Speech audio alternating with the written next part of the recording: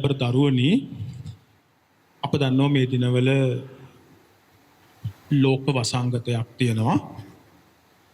ඒ corona වසංගතය ඒ හැමුවේ පාසල් අධ්‍යාපනය ඒ වගේම උපකාරක පන්ති අධ්‍යාපනය මෑත කාලේ බරපතල ලෙස අඩාල වුණා. එහෙත් දකුණු පළාතේ වගකිව යුතු සහ ප්‍රබලතම උපකාරක පන්ති ආයතනයේ විදියට සිප්‍රෝ අධ්‍යාපන ආයතනයට නිහඬව ඉන්න හැකියාවක් ලැබුණේ නැහැ. මොකද අපේ දයාබර දරුවෝ අපට අමතක කරන්න බැරි නිසා ගාලු දිස්ත්‍රික්ක දරුවෝ ඒ වගේම සමස්ත ලංකාවේම දරුවන්ටත් මේ උදව්ව අපි හිතනවා අපෙන් අපේක්ෂා කරනවා කියලා සමාජයක් විදියට. ඉතින් ඇත්තටම මම 2021 දරුවෝ ඉලක්ක කරගෙන පාඩම් කිහිපයක් මුදා හරිනවා තාක්ෂණය උපයෝගී කරගෙන 2021 දරුවන්ට අප අවසන් වශයෙන් සාකච්ඡා කරමින් සිටියේ විශේෂයෙන්ම දේශපාලන න්‍යායන් පිළිබඳව. ඒ අනුව අපි අද කතා කරන්න යන්නේ ලිබරල් වාදී දේශපාලන න්‍යාය. ලිබරල් වාදී දේශපාලන න්‍යාය. එනො මේ ලිබරල් කියන වචනය නිර්මාණය වෙන්න දයාබර දරුවෙනි ලිබර් කියන ලතින් වචනයෙන්. අපි දන්නවා ගොඩක් වචන ඉංග්‍රීසි භාෂාවේ ලතින්, ග්‍රීක, රෝම වචන. මේ ලිබර් යන වචනයෙහි අර්ථය තමයි නිදහස. අපි දන්නවා ඉංග්‍රීසි භාෂාවේ වචනයක් තියෙනවා ලිබර්ටි කියලා. මේ ලිබර්ටි කියන වචනේ නිර්මාණය වෙන්නේ මේ ලිබර් කියන වචනය තුලින්. එනෝ ලිබරල් වාදය තුලින් අවධාරණය වෙන්නේ නිදහස. මිනිස් නිදහස අවධාරණය කරන කැපී පෙනෙන දේශපාලන න්‍යායක් විදියට අපට ලිබරල් වාදය හඳුනා ගන්න පුළුවන්. ඇත්තටම ලිබරල් වාදය ඉස්මතු වෙන්නේ මොන කාලෙද? විශේෂයෙන්ම 17 සහ 18 යන සියවස් තුල. 17 සහ 18 යන සියවස් තුල තමයි මේ ලිබරල් වාදය ලෝකෙ නිර්මාණය වීම සිදු වෙන්නේ. ලිබරල් වාදය නිර්මාණය වෙන්නේ මෙන්න මේ පසුබිමෙහි. විශේෂයෙන්ම කාර්මික විප්ලවය හේතු කරගෙන ලෝකයේ තුල ඇති වෙනවා නව ධනේශ්වර පන්තියක්. කාර්මික විප්ලවයත් එක්ක ලෝකයේ තුල නිර්මාණය වෙන්න ගන්නව නව ධනවාදී පරපුරක්. මේ නව ධනේශ්වර පන්තිය පීඩා විඳිනවා අත්නෝමතික රාජාණ්ඩු වලින්. අපි දන්නවා අතීතයේ ලෝකේ ගොඩාක් රටවල තිබුණේ රාජාණ්ඩු. අත්නෝමතික රාජාණ්ඩු. ඒ අනුව කාර්මික විප්ලවයේ හරහා ලෝකයේ තුල නව ධනපති පන්තියක්, නව වෙළඳ ප්‍රජාවක් නිර්මාණය වෙනවා. මේ නව වෙළඳ ප්‍රජාව අත්නෝමතික රාජාණ්ඩුවාදයෙන් පීඩා විඳිනවා. විශේෂයෙන්ම රජවරු අධික ලෙස බදු අය කරන්න වුණා. මේ කර නව ධනේශ්වර පන්තියට විශාල බාධාවක් වෙනවා මේ අධික ලෙස බදු අය කිරීම. මෙන්න මේ පසුබිමෙහි තමයි ලිබරල් වාදය නිර්මාණය වෙන්නේ. විශේෂයෙන්ම අත්නෝමතික රාජාණ්ඩු පාලනයෙන් නිදහස් වීම. සහ සීමිත ආණ්ඩුව කියන සංකල්පය ඔස්සේ.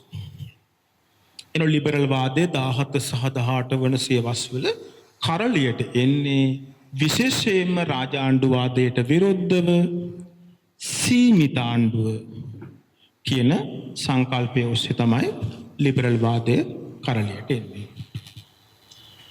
ලිබරල් වාදීන් අවධාරණය කරන ප්‍රමුඛතම සංකල්පය වෙන්නේ පෞද්ගලික නිදහස. ඔවුන්ට අනුව පෞද්ගලික නිදහස සමාජ නිදහසේ පදනම. අපි දන්නවා සමාජයක් සැදුනේ පුද්ගලය ගොඩාක් එකතු වෙලා යනෝ පෞද්ගලික නිදහස සමාජ නිදහසේ පදනම කියන සංකල්පය ඔස්සේ තමයි මේ අදහස කරලියට එන්නේ 17 සහ 18 වන සියවස් තුල. ඉතින් ලිබරල් වාදයේ ගත්තොත් ලිබරල් වාදී විග්‍රහය අපි ඉස්සෙල්ලත් කිව්වා නිදහස කියන සංකල්පය ඔස්සේ තමයි කරලියට එන්නේ. මෙහි කැපී පෙනෙන දේ තමයි පෞද්ගලික නිදහස. ඔවුන් කියනවා යම් සමාජයක් සමන්විත වෙන්නේ පුද්ගලයෝ එකතු වෙලා ඒ පුද්ගලයෝ තර්ක බුද්ධිය හිමි අය තර්ක බුද්ධිය හිමි පුද්ගලයෝ යනව රාජ්‍යයේ කාර්යභාරය තමයි මෙන්න මේ පුද්ගලයින්ට අවශ්‍ය නිදහස් වාතාවරණය සකස් කිරීම විශේෂයෙන්ම අවධාරණය කරන්නේ ආර්ථික නිදහස ලිබරල් වාදය තුල. ඒක තමයි මෙහිදී අපි විශේෂයෙන්ම අවධාරණය කළ යුතු මූලික කාරණා වෙන්නේ.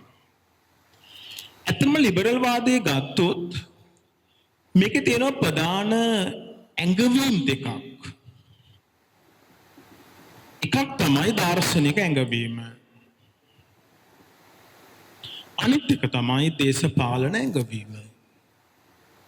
එන ලිබරල් වාදී සංකල්පයේ ඇඟවීම දෙකයි දාර්ශනික ඇඟවීම සහ දේශපාලන ඇඟවීම කියලා. දාර්ශනික ඇඟවීමෙන් කියන්නේ නිෂේධනීය නිදහස. එනම් රාජ්‍යයේ ආණ්ඩුවේ අනවශ්‍ය බලපෑම් වලින් පුද්ගලයා නිදහස් වේ යුතු බව. නිෂේධනීය නිදහසින් කියන්නේ රාජ්‍යයේ ආණ්ඩුවේ අනවශ්‍ය බලපෑම් වලින් පුද්ගලයා නිදහස් වෙන්න ඕන. ඒ තමයි නිෂේධනීය නිදහස පිළිබඳ සංකල්පය තුළ අවධාරණය කිරීම. එහි තියෙනවා මූලික කාරණා දෙකක්. එකක් තමයි අත්නෝමතික ලෙස අත්අඩංගුවට ගන්න එපා. අත්අඩංගුවට ගත්තල කමක් නැහැ. උදාහරණ මේ දවස්වල මේ නිරෝධායන රෙගුලාසි උල්ලංඝනය කරන අය අත්අඩංගුවට ගැනීම ප්‍රශ්නයක් නැහැ. නමුත් හිතුවක්කාරී ලෙස අත්නෝමතික ලෙස අත්අඩංගුවට ගැනීමෙන් තොරවීම ඔවුන් අවධාරණය කරනවා. දෙවෙනි එක තමයි අත්නෝමතික ලෙස අය බදු ගන්න ඕන. ඒ මූල ධර්මය තමයි බඹරා මලෙන් රොන් ගන්නාසේ. නැත්නම් මලට හානි කරලා නෙවෙයි. අපි දන්නවා විවිධ අවස්ථාවලදී ශ්‍රී ලංකාවේ පවා බදු ගන්නේ බොටු අමරිකලා. ඒ ප්‍රතික්ෂේප කරන ලිබරල් වාදය තුල එනම් අත්නෝමතික ලෙස බදු අය කරගන්න එපා. දෙවෙනි කාරණය තමයි දේශපාලන ඇඟවීම. දේශපාලන ඇඟවීමෙන් කියන්නේ රාජ්‍ය නිර්බාධවාදය. එනම් රාජ්‍යය අනවශ්‍ය ලෙස පුද්ගල ජීවිතවලට මැදිහත් වෙන්න එපා. ඇත්තටම ලිබරල් වාදීන් මෙහිදී විශේෂයෙන්ම අවධාරණය කරන්නේ ආර්ථික ජීවිතයට. අනවශ්‍ය ලෙස රාජ්‍ය ඇඟිලි ගහන්න එපා, මැදිහත් වෙන්න එපයි කියලයි මේ දේශපාලන ඇඟවීමෙන් අවධාරණය වෙන්නේ. ඇත්තම ලිබරල් වාදයේ ගත්තොත් මේ ලිබරල් සංකල්පය පෝෂණය කරපු දාර්ශනිකයෝ රාශියක් ඉන්නවා. එක දාර්ශනිකයෙක් තමයි තෝමස් හොබ්ස්. ඔයගොල්ලෝ පුදුම වෙවි තෝමස් හොබ්ස් කොහොමද ලිබරල් වාදය පෝෂණය කරන්නේ? සත්‍ය වශයෙන්ම තෝමස් හොබ්ස් ලිබරල් වාදයක් නෙවෙයි. ඔහු සමාජ සම්මුතිවාදයේ ආරම්භකයා. නමුත් ලිබරල් වාදය බිහි වෙන්න අවශ්‍ය මූලික ප්‍රවාද නිර්මාණය කරන්නේ හොබ්ස්. විශේෂයෙන්ම යා කියනවා තනි පුද්ගලයෙක් ගත්තොත් රාජ්‍යයට පූර්වකයි. ඒ කියන්නේ රාජ්‍යයට යටත්. ඔහු කියන පුද්ගලයා තර්ක බුද්ධිය හිමි කෙනෙක්. ඒ දෙකටම වඩා හොබ්ස් වැදගත් වෙන්නේ ඔහු අවධාරණය කරනව රාජ්‍යය මනුස්සයින්ගේ සමාජීය නිර්මාණයක් කියලා. විවිධ කාලවල් තිබුණ රාජ්‍ය නිර්මාණය කළේ දෙවියෝ වගේ මිත්‍යා දෘෂ්ටික අදහස් ලෝකෙ පිළිගත්තෝ.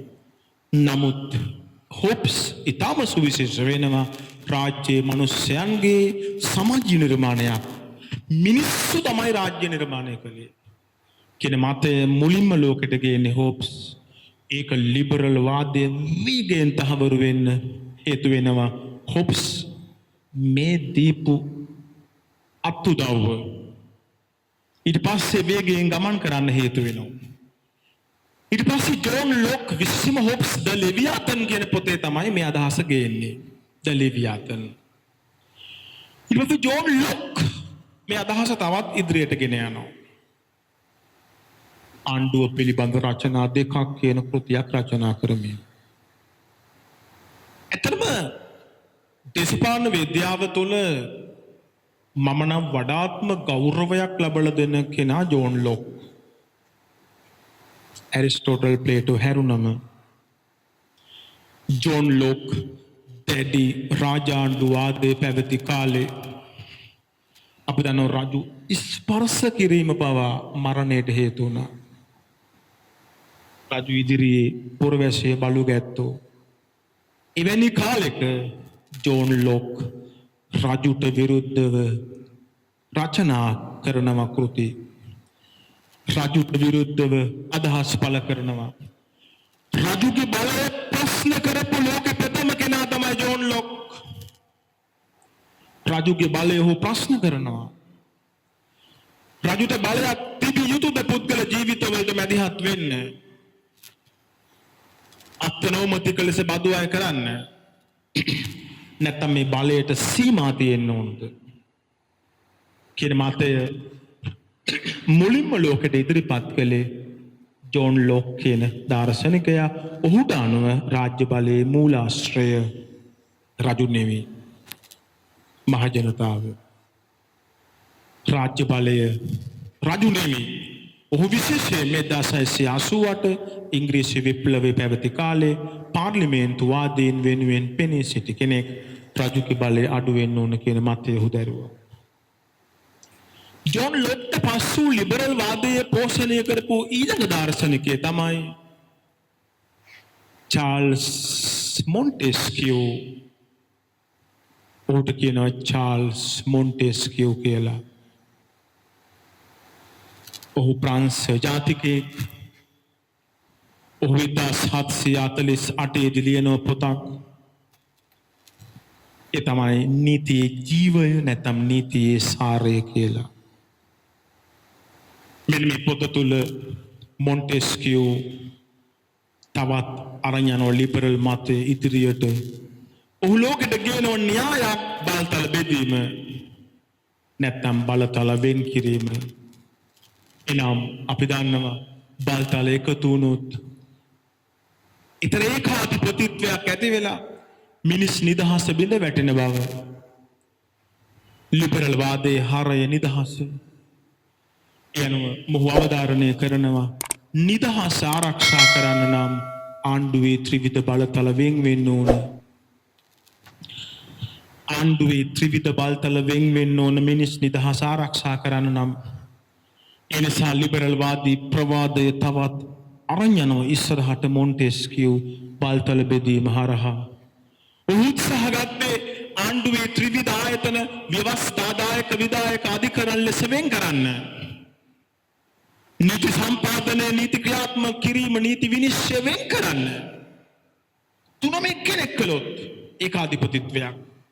මොන්ටෙස්කියු කියනවා යම් දිනක නීති සම්පාදනයත් නීති ක්‍රියාත්මක කිරීමත් නීති විනිශ්චයත් එක් පුද්ගලයෙක් හෝ එක් සංස්ථාවක් සතු වුණොත් එදිනට ලොව සියල්ලෙහිම අවසානයේ ළඟා වෙන බව තමයි මොන්ටෙස්කියු විසින් අවධාරණය කළේ. එනෝ ලිබරල් වාදී ප්‍රවාදය අරන් යන ඉස්සරහට මොන්ටෙස්කියු. ඊළඟ කෙනා තමයි කවුද? ලිබරල් වාදය තවත් අරගෙන යන ඉස්සරහට සෝන්සාක් රූසෝ. සෝන්සාක් රූසෝ නැත්නම් ජින් ජැක්විස් රූසෝ. ඔහු ප්‍රංශ ජාතිකයෙක්. ඔහු විසින් ලියන්නේ සමාජ සම්මුතිය කියන පොත. විශේෂයෙන්ම රූසෝ මහජන ස්වාධිපත්‍ය කියන සංකල්පය අවධාරණය කළා. ඔහුට අනුව බලය දරන්නේ රජු, රාජ්‍යය, ආණ්ඩුව, පාලකය නොවේ මහජනතාව. එහිදී ආ සංකල්ප දෙකක් එනවා. එකක් තමයි පොදු කැමැත්ත. පොදු කැමැත්ත අනිත් එක මහජන ස්වාධිපත්‍යය. පොදු කැමැත්ත ලෙස රූසෝ අවධාරණය කරන්නේ රාජ්‍යයේ ආණ්ඩුවේ පාලකයේ කැමැත්ත නොවේ ජනතාවගේ පොදු සුජාතභාවයේ බහුතර කැමැත්ත. මහජන ස්වාධිපත්‍යය ලෙස රූසෝ අවධාරණය කරන්නේ බලය දරන්නේ මහජනතාවයන්. ඔහුට අනුව බලයේ උල්පත මිනිස්සු. මෙන්න මේ වගේ ලිබරල් වාදී මතය විවිධ දාර්ශනිකයන් ඇසුරෙහි හැදී වැඩෙන බව අපට අමතක කරන්න බෑ. හොබ්ස් ඔහු ලිබරල් වාදියෙක් නොවුනත් ඊට මූල බීජ වැපිරුවා. ඊට පස්සේ ජෝන් ලොක්, ඒ වගේම මොන්ටෙස්කියු, රූසෝ මේ අදහස තවත් අරන් යනවා ඉදිරියට. ලිබරල් වාදයේ ගත්තොත් එහි විකාශනය තුල යුග තුනයි. ඒ විකාශනය තුල යුග තුනයි. අපේ විෂය නිර්දේශය තුල ලිබරල් වාදය පිළිබඳව විවිධ වූ තැන්වල කරුණු තියෙනවා. මම මේ සියල්ල එකතු කරලා ඔබට ඊටාම හොඳ ස්පිරිට් එකක් දෙන්න තමයි උත්සාහ ගන්නේ. අපි විභාගයේදී අපේක්ෂා කරන්නේ එවැන්නක් අපේ දරුවන්ගේ පූර්ණ ලකුණු ලබා ගන්න. එනවා ලිබරල් වාදය තුල 1718 සියවස් වල ඉඳලා මේ දක්වා විකාශනයේදී අධීර තුනයි. එකක් කියනවා සම්භාව්‍ය ලිබරල් වාදය. අනිත් එක පශ්චාත් සම්භාව්‍ය ලිබරල් වාදය. අනිත් එකට කියනවා නව ලිබරල් වාදය කියලා. සම්භාව්‍ය ලිබරල් වාදයට කියනවා පොලිස් රාජ්‍ය කියලාත්, රාජ්‍ය නිර්බාධවාදය කියලාත් කියනවා, පැරණි ලිබරල් වාදය කියලාත් කියනවා. එනම් සමාන පද දයාබර දරුවෝ දැනගත්ත ඕන. සම්භාව්‍ය ලිබරල් වාදයට කියනවා පොලිස් රාජ්‍ය, නිර්බාධවාදී රාජ්‍ය, පැරණි ලිබරල් වාදී රාජ්‍ය. මේ සම්භාව්‍ය ලිබරල් මතය ලෝකෙට ගේන්නේ දෙන්නෙක්. එක්කෙනෙක් තෝමස්, එක්කෙනෙක් ඇඩම් ස්මිත්, අනිත් එක්කෙනා ඩේවිඩ් රිකාඩෝ. ඇඩම් ස්මිත් සහ David Ricardo. ඇඩම් Smith, David Ricardo තමයි සම්භාව්‍ය ලිබරල් වාදය ලෝකෙට ගේන්නේ. එහි ලක්ෂණය තමයි රාජ්‍ය ආර්ථිකයට මැදිහත් වුණේ නැහැ. රාජ්‍ය ආර්ථිකයට මැදිහත් වුණේ නැහැ. නිදහස කිව්වේ රාජ්‍යයේ බලපෑමකින් තොරව ක්‍රියා කරන්න පුද්ගලයෙකුට තිබිච්ච අයිතිය. එනෝ පෞද්ගලිකාංශයට පුළුල් නිදහසක් ලැබුණ රාජ්‍යයේ මැදිහත් නොවීම තුළ රාජ්‍යයෙන් අපේක්ෂා කළේ පොලිස් වටයුගේ කාර්ය විතරයි. විශේෂයෙන්ම නීතිය හා සාමය රැකීමේ කාර්ය විතරයි රාජ්‍යයෙන් අපේක්ෂා කළේ. රාජ්‍යය නරඹන්නෙක් විතරක් වුණා. සක්‍රිය ක්‍රීඩකයෙක් වුණේ නැහැ. ක්‍රීඩාව දෙස බලා සිටින ආරම්භණෙක් විතරයි. ඒ අනුව සම්භාව්‍ය ලිබරල්වාදී ලක්ෂණය තමයි රාජ්‍ය ආර්ථිකයට මැදිහත් නොවීම. රාජ්‍ය නිර්බාධවාදය බාධා කළේ නැහැ රාජ්‍ය නිර්බාධවාදය. නමුත් එතන ඉන්න බැරි වුණ ලෝකෙට විශේෂයෙන්ම කාර්මික විප්ලවයේ අනිෂ්ට ප්‍රතිඵල පළමු සහ දෙවන ලෝක යුද්ධ ඇති කරපු භීෂණය ලෝක ආර්ථික අර්බුදය 1929 කාලේ ඇති වෙච්ච මේ වගේ කරුණු නිසා අර රාජ්‍යයේ මැදිහත් නොවි ඉන්න හැකියාවක් ලැබුණේ නැහැ. ඒ නිසා කරලියට එනවා පශ්චාත් සම්භාව්‍ය ලිබරල් වාදය. ඒකට කියනවා සුබ සාධකවාදී රාජ්‍ය, නූතන ලිබරල් රාජ්‍ය නැත්නම් උපරිම රාජ්‍ය කියලා. විශේෂයෙන්ම ටීඑච් ග්‍රීන් හොබ්හවුස් වගේ මහාචාර්යවරු තමයි ඒ අදහස ලෝකෙට ගේන්නේ. පශ්චාත් සම්භාව්‍ය ලිබරල් වාදී ලක්ෂණය තමයි රාජ්‍ය ආර්ථිකයට මැදිහත් වීම. හොඳම රාජ්‍යය වැඩියෙන් මාණ්ඩු කිරීම. රාජ්‍ය දානපතියෙක් මෙන්ම ව්‍යාපාරිකයෙක් වීම. රාජ්‍යය අනීපිඬු චරිතයට පණ දුන්නා. අපි දන්නවා බුද්ධ කාලේ අනීපිඬු සිටුතුමා හොඳ ව්‍යාපාරිකයෙක්, හැබැයි හොඳ දන් දෙන්නෙක්. එනව මේ පශ්චාත් සම්භාව්‍ය ලිබරල් වාදය තුළ රාජ්‍යයේ ව්‍යාපාරිකයෙක් වුණා. රාජ්‍යයේ මිනිසුන්ට යම් යම් සුබ සාධක සේවා සලසන ආයතනයක් බවට පත් වෙනවා. එනෝ පශ්චාත් සම්භාව්‍ය ලිබරල් වාදය තුළ රාජ්‍ය ආර්ථිකයට මැදිහත් වෙනවා. රාජ්‍ය ව්‍යාපාර පටන් ගන්නවා. රාජ්‍ය අවම වැටුප්, සේවා කොන්දේසි, විශ්‍රාම වැටුප්, කම්කරු නීති වගේ දේවල් සම්බන්ධයෙන් මැදිහත් වෙනවා. රාජ්‍ය අසරණ ළමයි, ආබාධිතයෝ, රෝගීන්, මහලු අය ආරක්ෂා කරන්න ක්‍රියාත්මක වෙනවා. එනෝ රාජ්‍ය බොහෝ කාර්යභාරයක් කරමින් මිනිසාට ඉතාම සමීප වීම පශ්චාත් සම්භාව්‍ය ලිබරල් වාදී ලක්ෂණයක්. මේ කරලියට එන්නේ 1930-40 වගේ කාලවල. මේ සම්භාව්‍ය ලිබරල් වාදයේ විශේෂයෙන්ම අර 17-18 වගේ සියවස් වල කාර්මික විප්ලවයේ විශේෂයෙන්ම ප්‍රාථමික යුගයේ. ඊට පස්සේ කරලියට එන නව ලිබරල් වාදය. මේකට කියනවා අවම රාජ්‍ය, මේකට කියනවා කළමනාකරන රාජ්‍ය කියලාත්. අවම රාජ්‍ය, කළමනාකරන රාජ්‍ය. මේ අදහස ලෝකෙට ගෙන්නේ විශේෂයෙන්ම රොබර්ට් නෝසික් සහ පෙඩ්රික් වොන් හයික්. රොබර්ට් නෝසික් සහ පෙඩ්රික් වොන් හයික් කියන මහාචාර්යවරු. නව ලිබරල් වාදය ගත්තොත් සම්භාව්‍ය ලිබරල් වාදයෙන් මදක් ඉදිරියට ගිය, පශ්චාත් සම්භාව්‍ය ලිබරල් වාදයෙන් මදක් පසුපසට ගිය මේ දෙකට අතරමැදි එකක්. එනු නව ලිබරල් වාදයේ ලක්ෂණය තමයි රාජ්‍යයේ මැදිහත් වෙන්නේ ආර්ථිකය අවම මට්ටමින් කළමනාකරණයට. රාජ්‍ය මැදිහත් වෙන්නේ ආර්ථිකය අවම මට්ටමින් කළමනාකරණයට. මේ ලක්ෂණ තමයි විශේෂයෙන්ම පාඩු ලබන රාජ්‍ය ආයතන පෞද්ගලීකරණය කරනවා. සිසු රාජ්‍ය ආයතන දියුණු ලෙස කළමනාකරණය කරනවා. රාජ්‍ය ආර්ථිකයට අවම ලෙස මැදිහත් වෙනවා. විශේෂයෙන්ම රාජ්‍යයේ සුබ සාධක පදනමින් ඉවත් වෙනවා. ඒ වගේම සුබ සාධක සේවා සම්බන්ධයෙන් ඔවුන්ගේ අදහස තමයි ධනේශ්වර අරමුදල් මගින් යැපෙන NGO විසින් මේ සුබ සාධක සේවා මෙහෙවාවි. බලන්න ලිබරල් වාදයේ ඒ අන්තිම යුගයේ තියෙන භයානක කරුණ රජයේ සුබ සාධක ප්‍රතිපත්ති වලින් ඉවත් වෙනවා.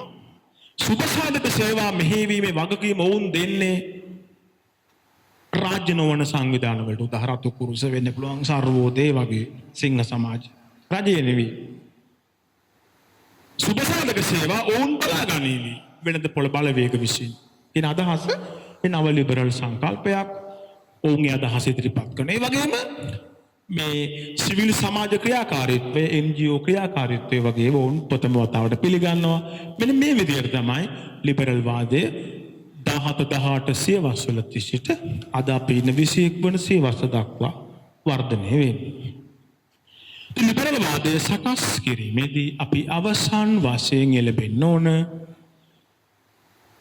ලිබරල් ක්‍රමයක මූලික ලක්ෂණ ගැන කතා කරන්න. එතකොට තමයි පූර්ණ විග්‍රහයක් වෙලා අපිට ලකුණු 10 නම් 10ම අරගෙන 20 නම් 20ම අරගෙන ඒක හොඳ එකක් කරලා අපිට මුලටම එන්න පුළුවන් ලංකාවේ දිස්ත්‍රික්කයේ.